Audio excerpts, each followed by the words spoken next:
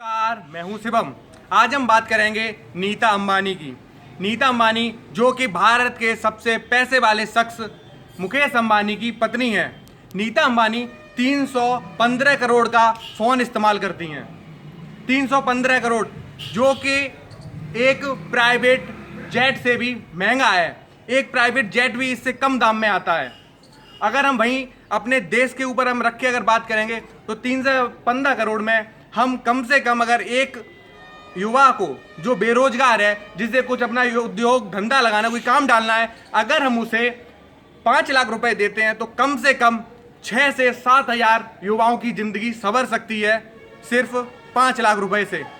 वहीं हम उनकी लाइफ की और बात करेंगे, वो उनके लाइफ में और क्या क्या वो खर्चे करती हैं, तो वो 3 लाख की कम से कम चाय पीती हैं। 3 लाख की चाय, सोचिए। वो अपने स्वास्थ्य पे काफ़ी ध्यान देती हैं, इसकी एक वजह है। और वो कोई भी सैंडल, स्लीपर या फिर कोई भी कपड़े हैं वो एक बार के बाद दोबारा नहीं पहनती हैं। और उनके ज़्यादातर कपड़े, सैंडल्स डिजाइनर होते हैं जिनकी कीमत लाखों में होती है। और वहीं वो सबसे ज़्यादा महंगा बैग इस्तेमाल करती हैं जिसकी कीमत लगभग 30 से 40 लाख से ऊपर ही है। अगर वहीं 30 से 40 लाख रुपए की बात करेंगे तो एक मध्यम वर्ग का इंसान या फिर एक गरीब इंसान अगर अपनी लड़की की शादी करेगा तो उसमें 2 लाख से 5 लाख का खर्चा आएगा। तो आप अंदाजा कर सकते हैं कि कितनी लड़कियों की शादी हो सकती है, कितना कुछ उनके साथ अच्छा हो सकता है उन गरीब और मध्यम वर्ग के लोगों के साथ। हम ऐसा कुछ इसलिए बोले कि ये जो भी कुछ मेरी समस्या, आम इंसानी समस्या, जो भी कुछ है ये फिजूल खर्ची है। आपको ऊपर वाले ने पैसा दिया है और आप अगर सबसे पैसे वाले शख्स की पत्नी है तो आप ऐसे ही पैसे नहीं उड़ाएंगी। और उस देश में, जिस देश में 20 करोड़ लोग भूखे पेट सोते हो, जिस देश में 70 करोड़ से ज़्यादा लोग गरीब हैं, उस देश में ऐसा कुछ चल रहा है। इस देश में सबसे ज़्यादा, दुनिया में दूसरे नंबर पे हमारा देश है जिसमें सबसे ज़्यादा ऊंच नीच है। अमीर और गरीब की खाई सबसे ज़्यादा गहरी है। सबसे नंबर 1 पर है रसिया। रसिया में सबसे ज़्यादा असमानता है। वहाँ पे अमीर बहुत ज़्यादा अमीर है, गरीब बहुत ज़्यादा गरीब है। और दूसरे नंबर पर हमारा भारत है। हमारे भारत में भी सबसे ज़्यादा असमानता है। अमीर गरीब की खाई काफ़ी बड़ी है जिसे पाटना काफ़ी मुश्किल है। हम यही उन्हें सलाह देंगे और उनसे एक बात कहेंगे कि आप अगर इंसानियत के नाते, एक इस देश की जिम्मेदार नागरिक होने के नाते, आप जरा अपने देश पर भी ध्यान दें। आप अपने इस पैसे से आप बहुत से गरीब लोगों का और बहुत से आम लोगों का भला कर सकती हैं। अब आप लोग सोचेंगे कि ऐसा क्यों है, वो तो अपना पर्सनल पैसा कमा रहे हैं, उनके फैमिली मेंबर्स, तो अब वो ऐसे पैसे क्यों लुटाएं। तो एक सबसे बड़ी बात कहेंगे हम कि हमारे देश के क्रांतिकारियों ने, शहीद भगत सिंह ने, चंद्रशेखर आज़ाद ने, सुखदेव भगत सिंह ने, इन सब लोगों ने अपनी जान अपने लिए नहीं दी, अपने परिवार के लिए नहीं दी। उन्होंने अपनी जान इस देश के लिए दी, इस देश के आम लोगों के लिए दी, इस देश के आम लोगों की अच्छी जिंदगी के लिए, बेहतरी के लिए उन्होंने जान दी।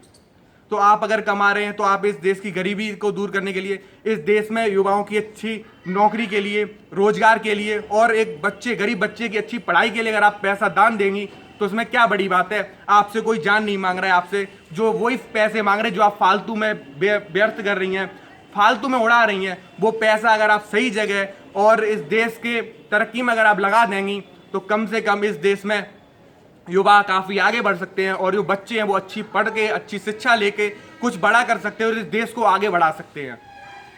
तो ये कहीं ना कहीं उनकी मानसिक स्थिति पे भी एक सवालिया निशान खड़ा करता है कि क्या उनका मानसिक संतुलन ठीक नहीं है। इतने पैसे बर्बाद करना, इतना कुछ पैसे की बर्बादी करना, ये किस लिए? ये कहीं ना कहीं दर्शाता है कि उनकी मानसिक स्थिति में कहीं ना कहीं पैसा वाला या फिर और कुछ भरा हुआ है। उन्हें शायद नहीं परवाह है इस देश के आम लोगों की, शायद उनमें इंसानियत नाम की भी कोई चीज़ नहीं है। उस देश के हालात, जिस देश में हमने आपको बताया था कि 20 करोड़ से ज़्यादा लोग भूखे पेट सोते हों। अगर हम मुंबई की बात करेंगे जहाँ पे ये रहती हैं, तो मुंबई में ही 1 करोड़ से ज़्यादा लोग स्लम एरिया में रहते हैं, झुग्गी झोपड़ियों में रहते हैं। उस देश की आप हालत देखिए।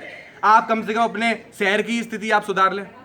वहाँ पर कम से कम ऐसे विद्यालय, ऐसे अस्पताल बनाएं जिससे कि वहाँ पर अच्छी शिक्षा मिले, लोगों के स्वास्थ्य की अच्छी देखभाल हो और जो गरीब बच्चे उन्हें निःशुल्क शिक्षा मिले।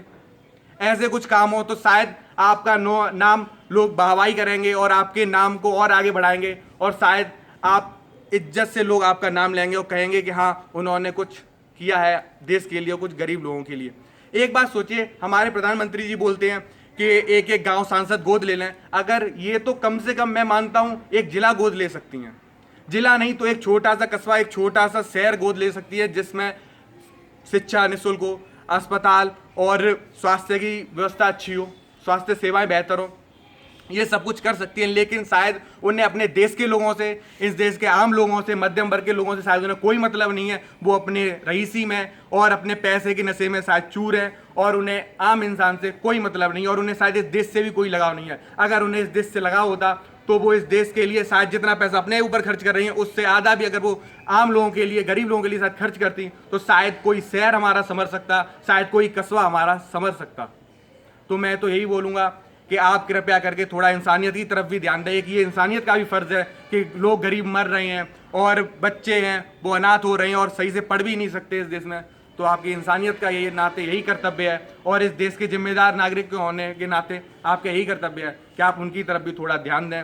और जो आप पैसा बेफिजूल उड़ा रही हैं, जो भी आप मतलब दिखावेपन में आप किसी भी बात में अपना जो पैसा बर्बाद कर रही हैं उसे सही जगह पे, इंसानियत पे खर्च कीजिए, इस देश को आगे बढ़ाने पे खर्च कीजिए, इस देश के लोगों के ऊपर खर्च करिए, तो शायद आपका नाम भी इस देश के इतिहास में दर्ज हो जाएगा और आपके शायद फिजूल खर्ची से आपका नाम कोई नहीं लेगा। ऐसे तो बहुत से लोग होंगे जो फिजूल खर्ची में पैसे उड़ा रहे होंगे, लेकिन अगर आपको कुछ करना है और आम लोगों की दुआएं और उनकी वाहवाही लूटनी है तो शायद मेरे हिसाब से आपको ये काम जरूर करना है और उसकी तरफ एक कदम जरूर बढ़ाना है। मैं बात नीता अंबानी की नहीं कर रहा हूँ, मैं बात उन सभी रईसों की बात कर रहा हूँ, सभी पैसे वालों की बात करूँगा जो इस देश से काफ़ी पैसा कुछ कमाते हैं और इस देश में काफ़ी कुछ रईसों वाली और शानो शौकत वाली ज़िंदगी जी रहे हैं। वो सभी अगर पैसे वाले अगर कुछ सोचें तो शायद इस देश का भला हो सकता है और ये देश हमारा काफ़ी आगे बढ़ सकता है। एक रिपोर्ट में कहा गया था कि हमारी दुनिया के अगर 100 सबसे पैसे वाले शख्स अगर अपनी एक साल की कमाई को आम लोगों को गरीबी दूर करने में लगा दे तो इस दुनिया की गरीबी 4 बार दूर हो सकती है। सोचिए, सिर्फ 100 लोग अपनी एक साल की कमाई अगर इस दुनिया की गरीबी को हटाने में लगा दें तो 4 बार वो गरीबी दूर कर सकते हैं। लेकिन शायद उन्हें इंसानियत से कोई मतलब नहीं है, शायद उन्हें लोगों से कोई मतलब नहीं, गरीबों से शायद कोई मतलब नहीं है और कहीं ना कहीं वो शायद अपने नशे में चूर हैं, अपने पैसे के नशे में शायद कहीं ना कहीं चूर है। तो आप इंसानियत को समझें। लोगों ने इस देश की आज़ादी के लिए, इस लोगों के लिए अपनी जान दी है तो कम से कम आप थोड़ा अपना पैसा ही दान में दीजिए, अपने पैसे से ही उनका इस्तेमाल कुछ कीजिए और हो सके तो कोई ज़िला, कोई छोटा सा शहर या 2-4 कस्बे ही गोद लेके उनके आप बेहतरी के लिए काम कीजिए, वहाँ से के बच्चे निःशुल्क पढ़ सकें और अच्छी उच्च शिक्षा भी ग्रहण कर सकें। आप इतना कुछ कर सकती हैं। तो मेरी वीडियो अगर आपको अच्छी लगी हो तो कृपया करके अपनी राय हमें ज़रूर दें और वीडियो अगर आपको सही लगी हो तो लाइक कीजिए, कमेंट कीजिए, शेयर कीजिए और अपने कमेंट बॉक्स में अपनी राय जरूर हमें लिख के भेजिए कि आपको ये वीडियो कैसी लगी और आप इसके पीछे क्या सोचते हैं, आपकी राय क्या है। और हमारे चैनल को सब्सक्राइब करना बिल्कुल ना भूलें, हमारे चैनल को सब्सक्राइब जरूर करें। हम ऐसी बातें और अच्छी बातें आपके बीच में लाते रहते हैं जिससे कि शायद आपके अंदर इंसानियत जागे, इस देश के लिए जो सही में प्यार है, जो आम लोगों के लिए जो प्यार है, इस जनता के लिए जो प्यार है, शायद आपके अंदर वो जागे। तो मेरी वीडियो का यही मकसद था कि मैं उनकी जो वो पैसा बर्बाद कर रही हैं उससे मैं आप अपने देश के जो असली में हालात हैं वो आपको दिखा सकूँ, उनकी तुलना कर सकूँ। तो अपना अमूल्य समय देने के लिए बहुत बहुत धन्यवाद और हमारी वीडियो देखने के लिए बहुत बहुत धन्यवाद।